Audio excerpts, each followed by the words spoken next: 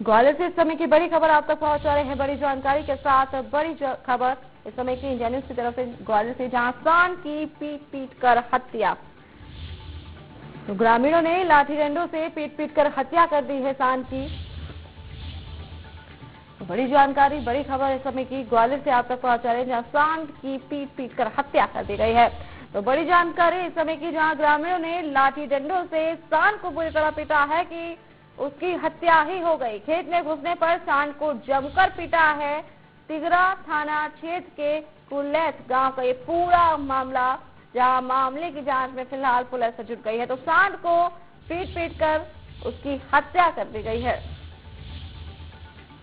तमाम जानकारी के लिए हमारे साथ ग्वालियर से हमारे संवाददाता संजय शर्मा हमारे साथ जुड़ गए हैं। संजय, आपसे जानना चाहेंगे, यहाँ पर जिस तरीके से खबरें सामने आ रही है कि ग्रामीणों ने लाठी डंडों से पीटकर यहाँ पर सांड की हत्या कर दी है, पूरा मामला आपसे जानना चाहेंगे संजय। बिल्कुल, यहाँ पर जो कुलैत गांव है, जो तिगरा थाना क्षेत्र में आता है, वहां पर खेत में घुसने को लेकर तमाम सारे ग्रामीणों ने एकजुट होकर जो एक सांड, दो सांड यहाँ पर थे जो खेत में घुसे थे, तो एक सांड भागने में कामयाब हो गया, लेकिन वहां पर जो एक सांड था वो फंस गया ग्रामीणों के बीच में, जिसको कि लाठी और डंडों से पीट कर दर्दनाक मौत दे दी ग्रामीणों ने।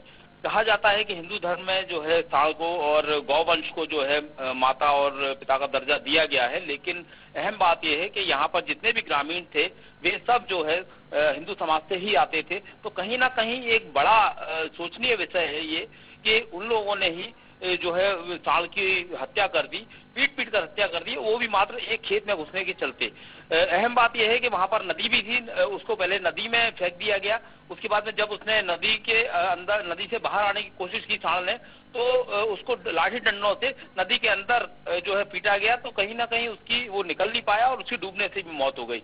वहीं बता दूं कि यहाँ पर ग्रामीणों का जब पंचायत में पता पड़ा कि किस तरीके से ग्रामीणों ने, कुछ लोगों ने सांड को मारा है, तो वहां पर पंचायत जुटी और पुलिस भी वहां पर आई, लेकिन पुलिस ने पूरे मामले को दबा दिया गया पुलिस द्वारा। और अहम बात यह है कि जो जिन ग्रामीणों ने सांड को मारा था, उन ग्रामीणों को गंगा स्नान करने के लिए वहां पर भेज दिया गया, तीर्थ करने के लिए भेज दिया गया कि आपने सांड को मारा है तो इसका प्रायश्चित कीजिए, आप जो है गंगा स्नान करके आप प्रायश्चित कर सकते हैं। लेकिन अहम बात यह है कि किसी भी बड़े अपराध का, चूंकि सांड की हत्या हुई है, गौवंश की हत्या हुई है, तो कहीं ना कहीं पुलिस का इसमें पूरी जिम्मेदारी बनती थी, पुलिस को जानकारी थी, लेकिन बावजूद इसके पूरे मामले को दबा दिया गया और कोई भी एफआईआर या कोई भी आवेदन यहाँ पर दर्ज नहीं किया गया। तो इसका कारण एकमात्र ये था कि पूरी गाँव में से कोई भी व्यक्ति सामने नहीं आया एफआईआर करवाने के लिए या शिकायत करने के लिए। तो कहीं ना कहीं जो इस तरह के मामले हैं वो लगातार सामने आते रहे हैं, लेकिन पुलिस यहाँ पर, पुलिस की भूमिका जो है संदिग्ध नजर आ रही है। जी संजय, आपसे ये भी जानना चाहेंगे कि जिस तरीके से यहाँ पर ग्रामीणों ने केवल सिर्फ इसलिए मार दिया क्योंकि खेत में सांड घुसाया था, कहीं ना कहीं इंसानियत शर्मसार होती हुई नजर आ रही है संजय। बिल्कुल, आपका कहना बिल्कुल सही है। मैं बता दूं आपको कि ग्वालियर के आसपास जितनी भी वन भूमि है, वहां पर जो लोगों ने अतिक्रमण कर लिया है, किसानों ने अतिक्रमण करके खेती कर रहे हैं, हजारों बीघा की जमीन पर, भूमि पर जो है इंसान जो है, किसान जो है खेती कर रहे हैं।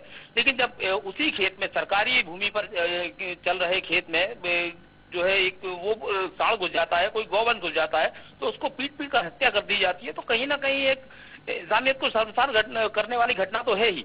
लेकिन अहम बात यह है कि जब जो कि प्रशासन, पुलिस प्रशासन जो कि इसके लिए जिम्मेदार है, इसमें अपराधियों को दंड देने के लिए जिम्मेदार है, वो भी कहीं यदि मामले को छुपाता हुआ नजर आता है। आपसे ये जानना चाहेंगे, जब कभी इंसानों के साथ ऐसा होता है तो उसको सजा मिलती है, उस पर कार्रवाई की जाती है, तो वहीं अब जानवरों के साथ, मवेशियों के साथ इस तरीके से हरकतें की गई है, क्या इस पर कार्रवाई होगी?